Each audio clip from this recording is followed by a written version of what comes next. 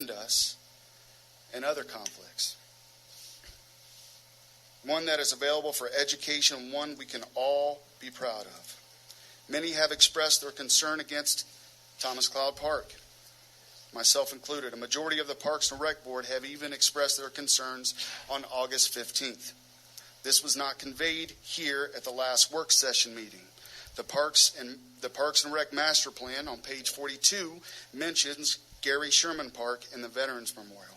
I have driven to the location recently proposed for Thomas Cloud Park. This location is one of the last green spaces left. Thomas Cloud Park is a sports and recreation venue. The commission and some here on council said this memorial needed to be visible. The new location is not visible from the road. That's what was discussed. I don't believe Gary Sherman Park is a hidden location. I believe it is a perfect location. It allows for expansion, as we may very well need to expand the memorial as time goes on. I believe it provides a secure location, a place of quiet reflection. You can't do that in the middle of a sports complex. You could build a small classroom stocked with educational activities, perhaps partnering with the schools, and you would have plenty of veteran volunteers to help lead that purpose. The list goes on. The memorial, if located at Gary Sherman Park, would allow for more than that location at Thomas Cloud Park. I'll be wrapping up, sorry. Going forward, I will most certainly support the Veterans Memorial in Heber Heights. I will, most definitely. It is long overdue. I will accept the decision of this council on any direction they choose. I did, however, feel compelled to express my opinion and that of many throughout this city. Thank you for your time. That was that. I do have a couple of questions, if I may. What are the record-keeping rules, the rules in general for the subcommittee, and where can the public view the research done by the subcommittee? HHVP has done a considerable amount of research. We could provide that to anyone. We've said that. No one's asked for it. But the city has taken this over now. We need to be able to view all the discussion. We need to see exactly what they've done. I can take you to all the parks that we visited, but I don't know if we can be taken to the parks they visited. They visited one, Thomas Cloud Park, and that was on the recommendation of, I believe, one council member on this board, because it was given to us as well. And we looked at it and reviewed it. Thomas Cloud is a great park for sports and everything. I love this city, and I'll tell you what, I don't think a Veterans Memorial belongs there. I'm going to wrap it up. I apologize for taking too long. Thank you. Thank you. Mr. Shaw? All right. There was the last time I spoke at City Council. I believe it was August 26th. And I had to write down a few things because I wanted to explain what the memorial meant to me and a number of other folks. I wanted to explain that why I was there, against the location recommendation, and how I felt at the time. After which the vote took place. For me, once City Council votes on something, that's it. It's done. Now I can, in between August, I spoke to a couple other council members. Some council members who, during their election, while in Texas, I sent family members to go out on election day and pass out flyers.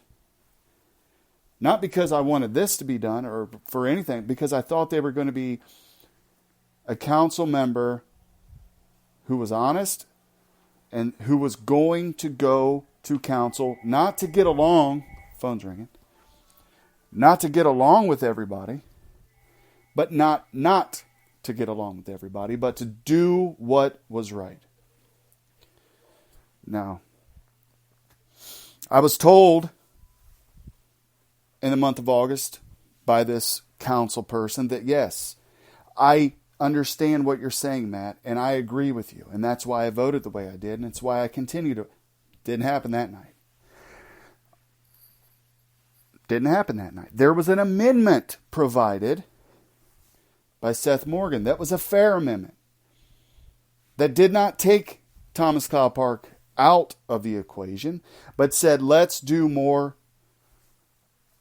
research. Let's make sure we have all of our ducks in line before we make this decision. That amendment was refused.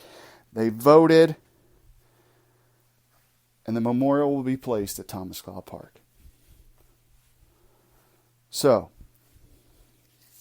it is done. I've explained my side of the story. I explained where some of my frustration comes in. But that all is secondary to having a Veterans Memorial in the city of Heber Heights. Now, if they go back on this, or they slow roll it, or they don't do it at all, then I think something should be done. But I'm hoping and I'm praying that not only they move quickly on this Veterans Memorial, get it designed. Look, I know HHVP ain't going to have anything to do with it. Our design is going to be thrown out the window. All of our ideas are thrown out. It is what it is. I don't care. I'm glad there's a memorial in the city of Heber Heights. So for all those who were saying to other folks or trying to make me out to be a bad guy for standing up for something I believe in, something that many of us believe in, I say, no, I'm just kidding. Listen, sometimes you have to break some eggs to make an omelet. You know what I mean? And in this city, and the way the politics are in this city, things are going to have to be done in order for this council to listen. I believe there is a power structure on that council that can pressure some of the lesser council members to vote their way. I think a majority of folks in the city feel a lot like I do, because I talk to many of you. And I understand your frustration, how things get just shoved in our face, voted on, and sent down the road.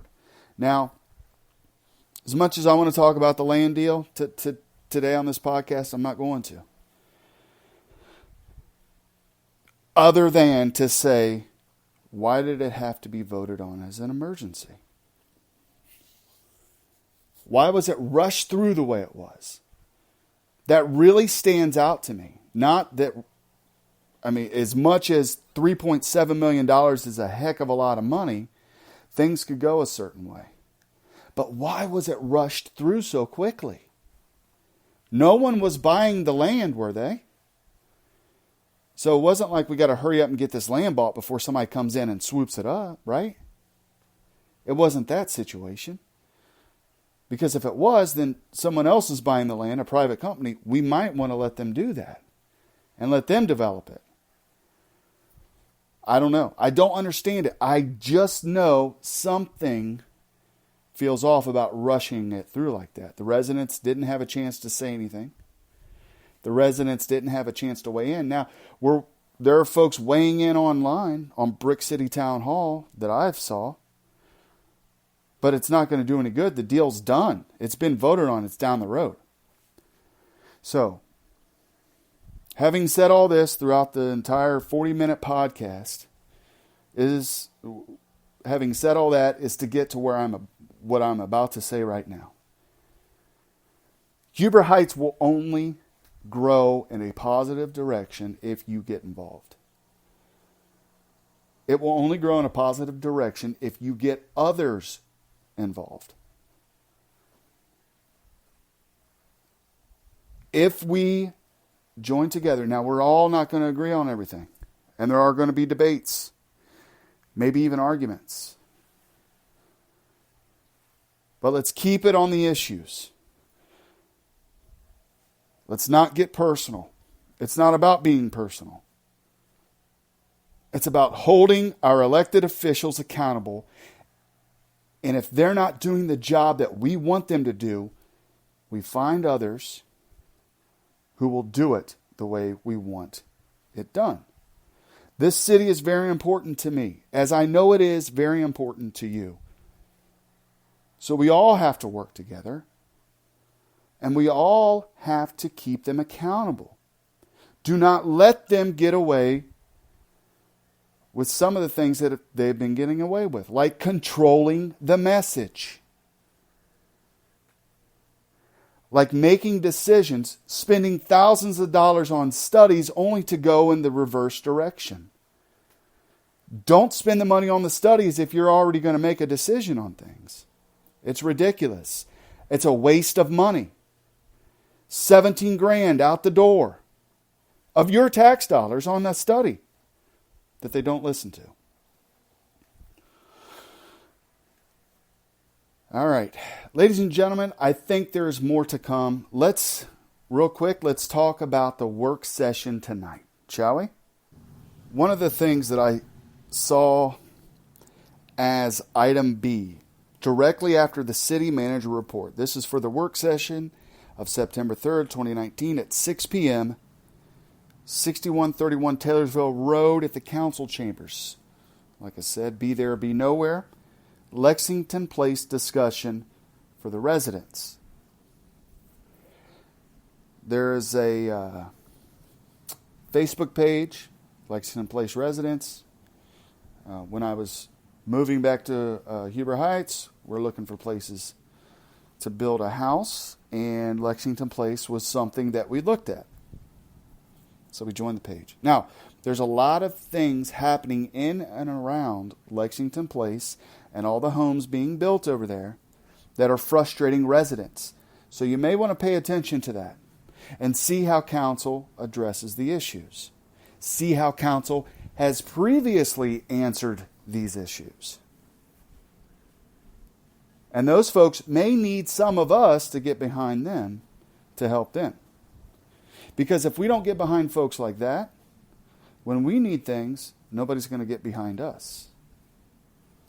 Just a thought. Next, supplemental appropriations.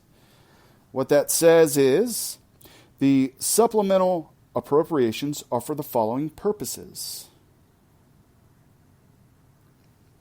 $100,218 transferred from State Highway Maintenance Fund to Capital Improvement Fund for mast arm traffic signal installation at the corner of Brant and Chambersburg. $58,451.71 for available balance for expenses in Federal Equity Sharing Program Fund. So they're shifting around money. Supplemental appropriations. What are the things I think you should pay attention to? And nobody said, Matt, you're wrong. But anyway, because I like to question myself, and I would like it if you help me question myself throughout so we can do the best podcast ever for our city and state. So supplemental appropriations and city manager report. All good things to pay attention to. Next up, county assessment authorization. You can watch that or view that. Carriage Trails street renamings. Miami Conservancy District, Taylorsville Dam assessment.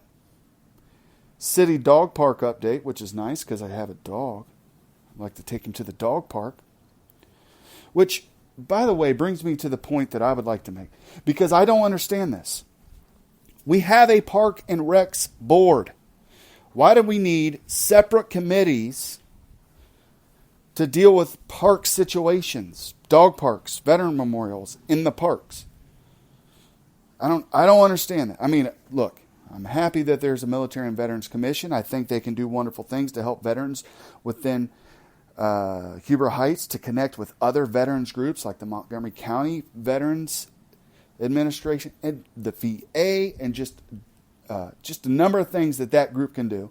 And yes, they should be a part of building the Veterans Memorial. Understood. But the Parks and Rec Board, Why do they need a dog park committee? I don't understand that. I mean,